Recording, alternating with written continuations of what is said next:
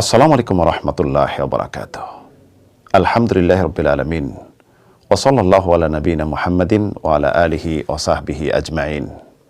সুপ্রিয় দর্শক ও শ্রোতা বন্ধুগণ, সাত সালাম আমাদের ভারত উপমহাদেশে পরিচিত প্রসিদ্ধ একটি আমল। অনেকেই সকাল সন্ধ্যায় নিয়মিত এটা করে থাকেন।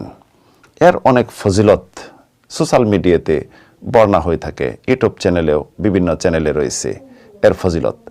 এত ফজিলত বর্ণিত হয়েছে, কেনই বা আমল করবেন না?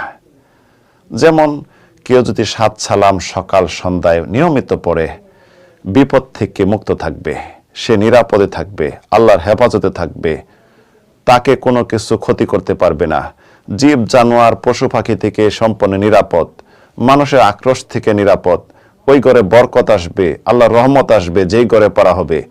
এমনইভাবে তার কোনো অভাব